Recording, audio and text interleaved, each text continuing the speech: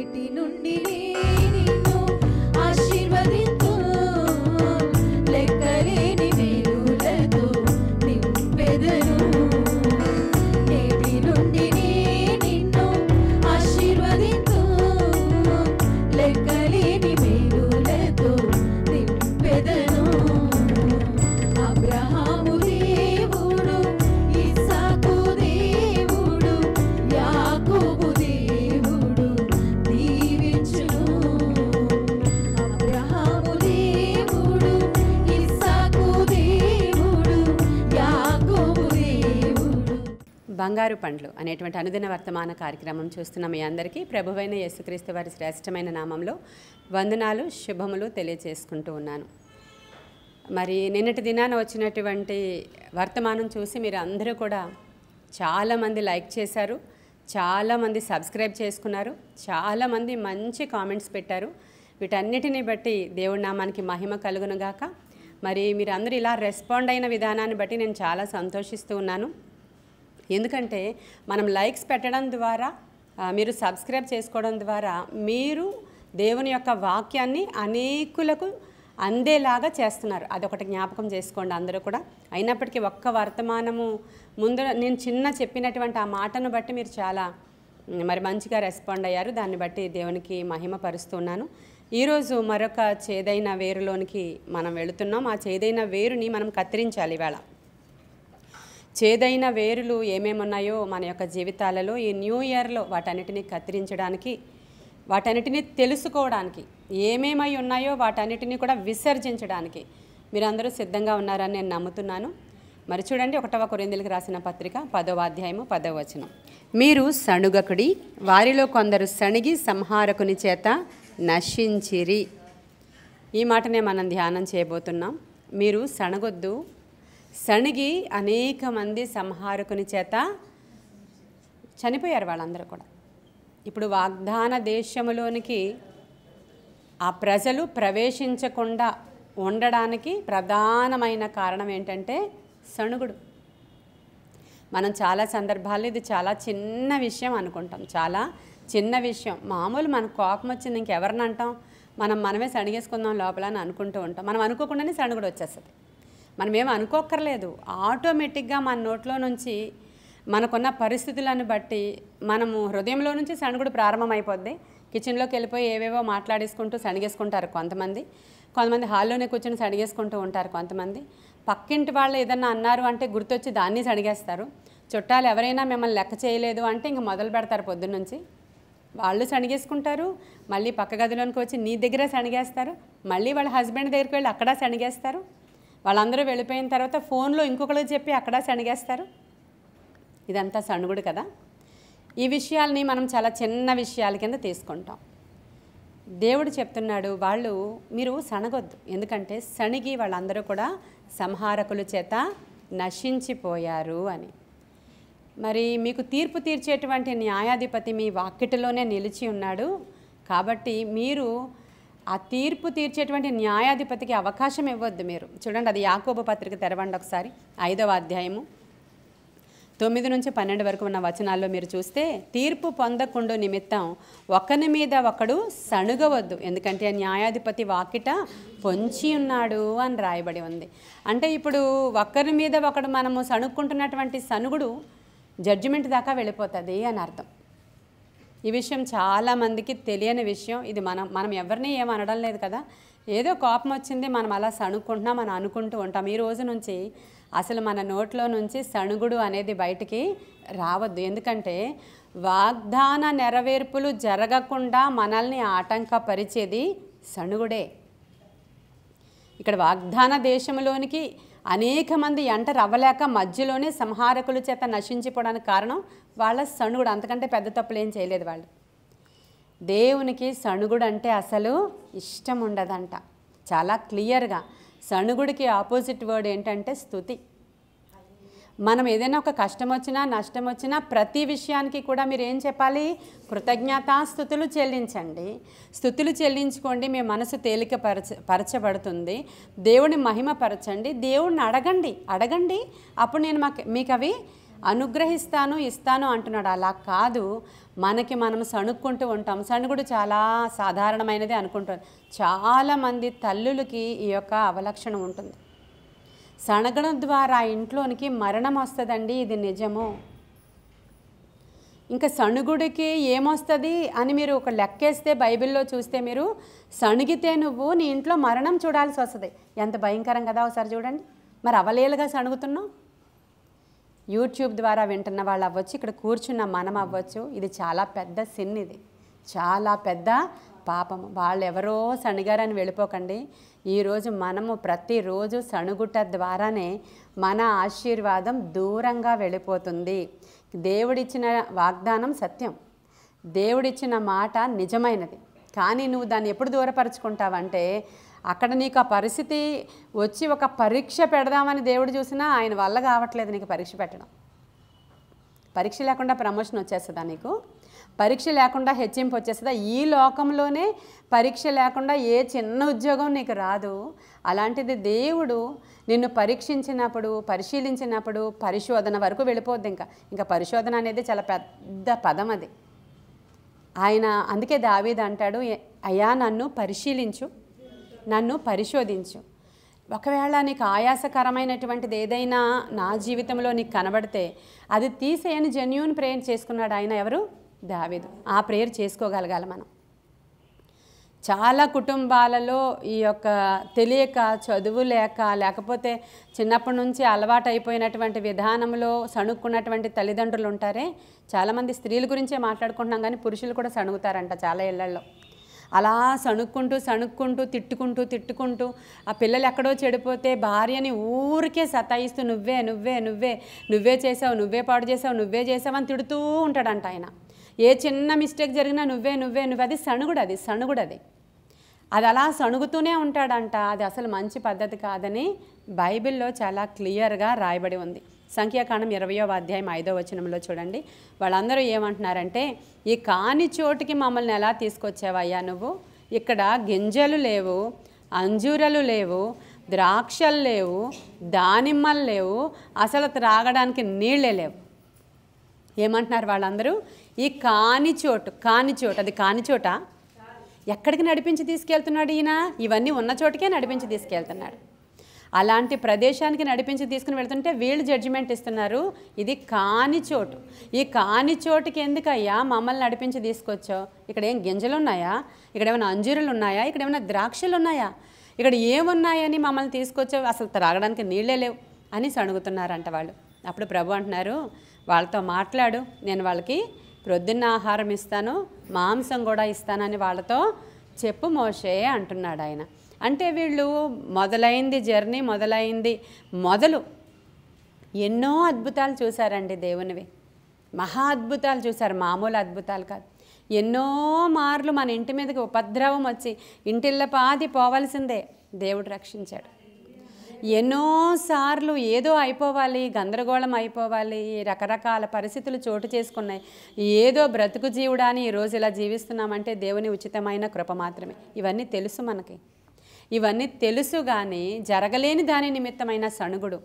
నిజంగా నువ్వు ప్రతిదినము ఉదయాన్నే లేవగానే నువ్వు స్తుతించడం మొదలు పెడితే ఆయన ప్రతి కార్యాన్ని కూడా నీ స్థితిని మార్చేస్తుంది. యాక్చువల్గా సణుగుడు కూడా నీ స్థితిని మార్చేస్తుంది.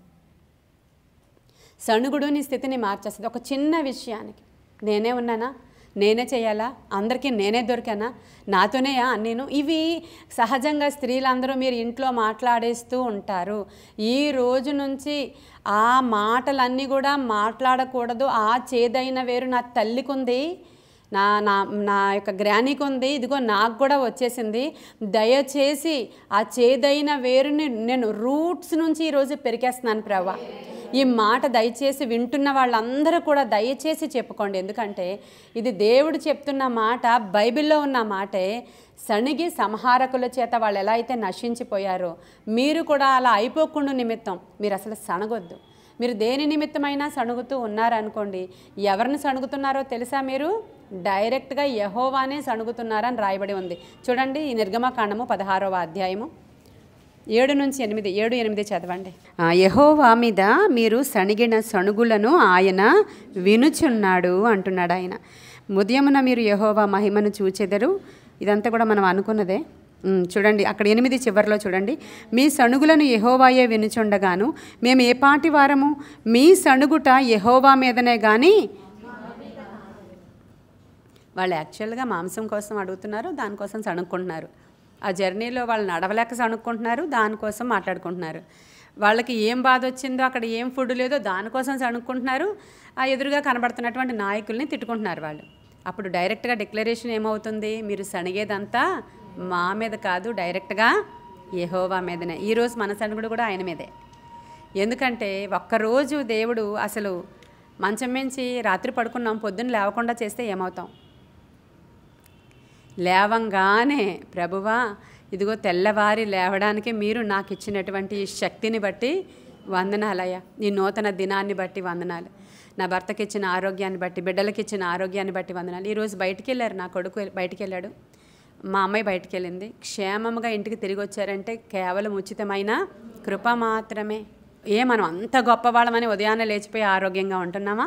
ఒకసారి ఆలోచన చేసుకుంటే, ఆయన చేసిన మేళ్లను ప్రతిరోజు నువ్వు స్తుతించుకుంటే నీకేం వాంటింగ్స్ ఉన్నాయో అవి పెద్దగా కనిపించవు నీకు. నువ్వు ఆయన చేసిన మేళ్ళు జ్ఞాపకం చేసుకోవు, ఏ అవసరత ఉందో, ఏం జరగలేదో, ఏమి ఇంట్లో నెగిటివ్ ఉందో దాన్ని బట్టి నువ్వు సణుక్కుంటూ ఉంటే దేవుని సన్నిధి నీకు దూరంగా వెళ్ళిపోతూ ఉంది. నువ్వు స్తుతించుకో.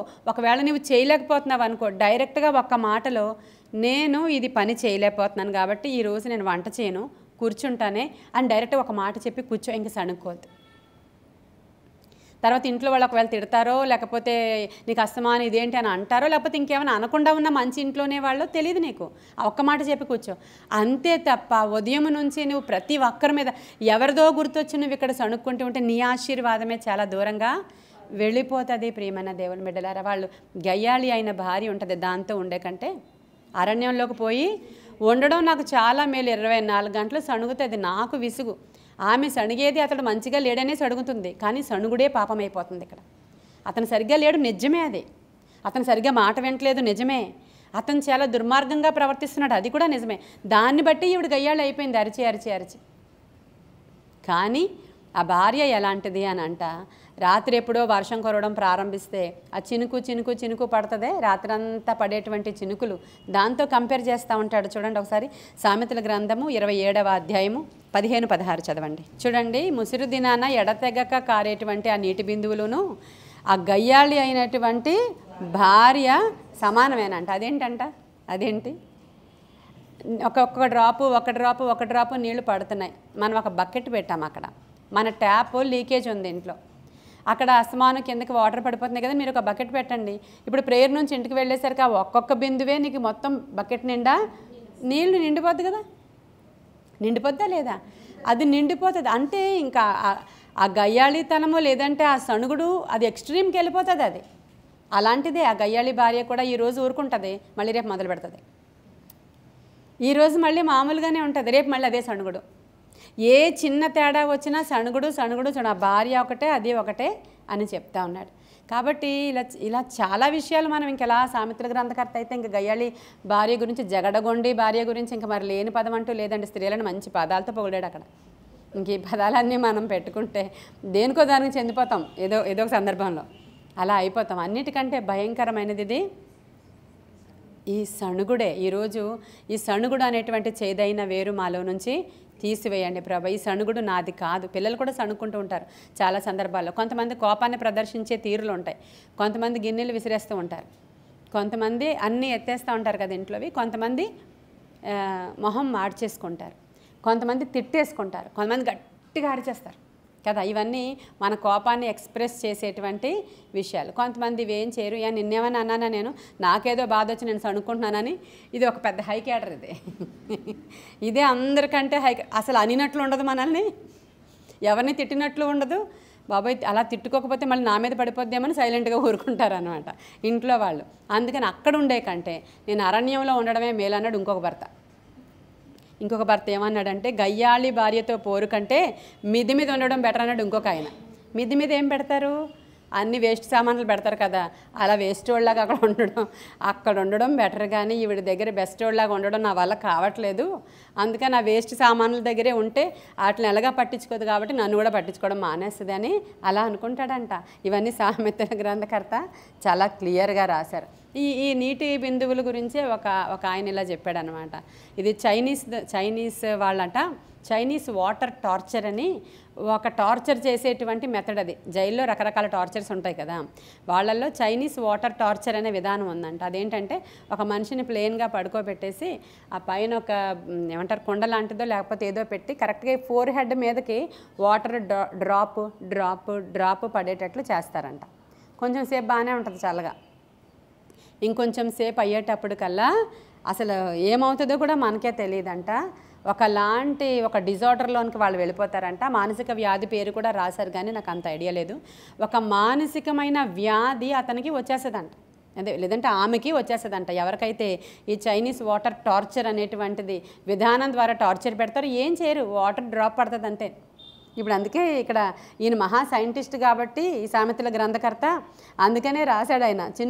చినుకే అనుకుంటాం అది, కానీ అది చాలా పెద్ద మానసిక రోగులను ఇంట్లో తయారు చేసి పెడుతుంది ఆవిడ. వీళ్ళు కూడా సేమ్ అలాగే తిట్టుకుంటూ ఉంటారు. ఈవిడ భర్తను అలా తిట్టుకుంటూ ఉంటుంది కదా, ఇది చేయలేదు అది చేయలేదు, ఇదిగో నా కొడుకు ఇలా చేశాడు, అలాగ ఉద్యోగం ఇది అది అది ఇది ఇది. అప్పుడు నీ ఆశీర్వాదం ఏమైపోతుందమ్మా, దూరం అయిపోతుంది. అసలు అది పక్కన పెట్టేసి ఆ సమస్యని నువ్వు అనునిత్యము స్తుతిస్తూ ఉండు, నేను కార్యం చేస్తాను అన్నాడు ఆయన. అది పెద్ద సమస్యల్లోనికి వెళ్ళిపోతే అలా తయారైపోతారు మహిళలు. మనం అంత పెద్ద సమస్య మన ఇంట్లోకి రావాల్సిన అవసరం లేదు, కానీ లేచిన దగ్గర నుంచి మనం సణుక్కునే సణుగుడే మన ఆశీర్వాదాన్ని దూరం చేస్తుంది అంటే మనం నమ్మాలి. ఈరోజు నమ్మడం ఏంటి, బైబిల్ చెప్తున్న సత్యం అది. వాళ్ళు సణిగారు కనుకనే సంహారకుల చేత వాళ్ళు నశించిపోయారు. వాళ్ళ సణుగుడు వాళ్ళ మీద కాదు, యజమానుడి మీద కాదు, నీ మీద కాదు, ఇంకొకరి మీద కాదు, నా మీదే డైరెక్ట్గా వాళ్ళు సణుగుతున్నారు. ఇతన్ని ఎందుకు ఇచ్చాడో దేవుడు నాకు, ఇలాంటి పిల్లల్ని ఎందుకు ఇచ్చాడో దేవుడు నాకు, అసలు ఇలాంటి జీవితం ఎందుకు ఇచ్చాడో దేవుడు నాకు, అసలు ఇంకో చోట ఉండుంటే బాగుండు, ఇంకో చోట ఉండుంటే బాగుండని సహజంగా లోపల నుంచి కూడా ఒక సణుగుడు వస్తుంది కదండి.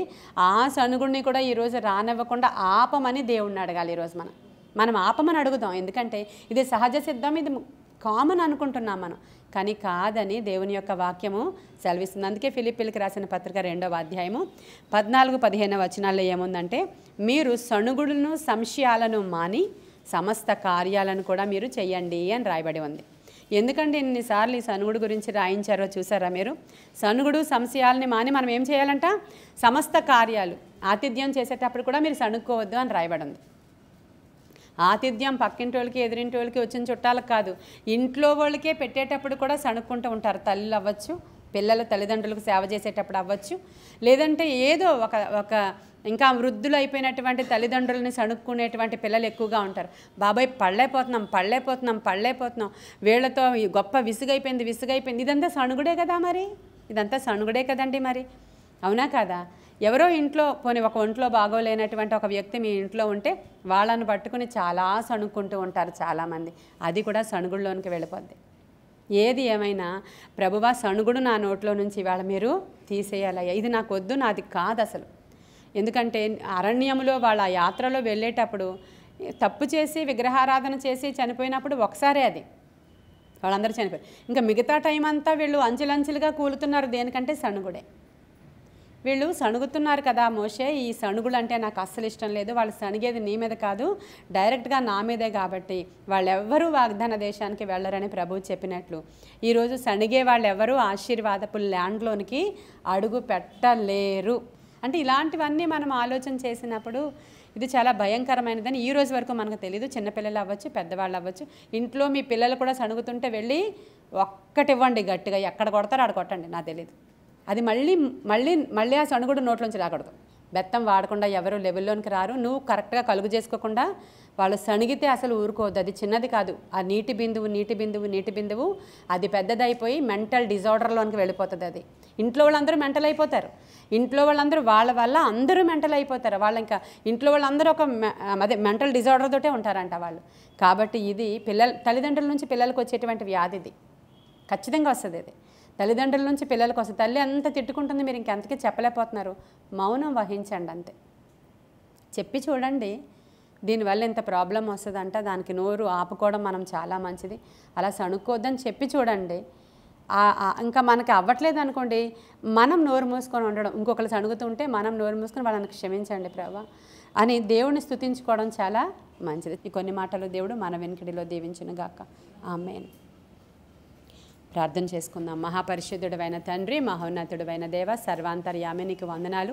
సర్వశరీరులకు దేవుడానికి వందనాలయ్యా. నీవు మాట్లాడితే మేము ఎంతైనా సరే అయ్యా నా తండ్రి ప్రభ మేలు పొందుకోవడమే కానీ దానిలో ఎక్కడ ఏ విధమైన కీడు మాకు ఉండదయ్యా. దేవా, ప్రతి కీడు చెడు తీసివేయండి.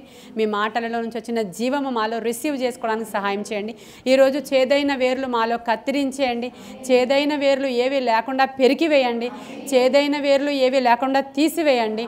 గొప్ప కార్యాలు మా జీవితంలో జరిగించమని, నీ ఆత్మశక్తితో మమ్మల్ని నింపి నడిపించి మీరే మహిమ పొందుకోమని, మరొకసారి వినుచున్న వారందరూ కూడా ఈ వేర్లను కత్తిరించుకొని కాల్చివేశారని నమ్మి విశ్వసిస్తూ యేసయ్య శ్రేష్ఠ నామంలో అడుగుచున్నాము తండ్రి. God bless you.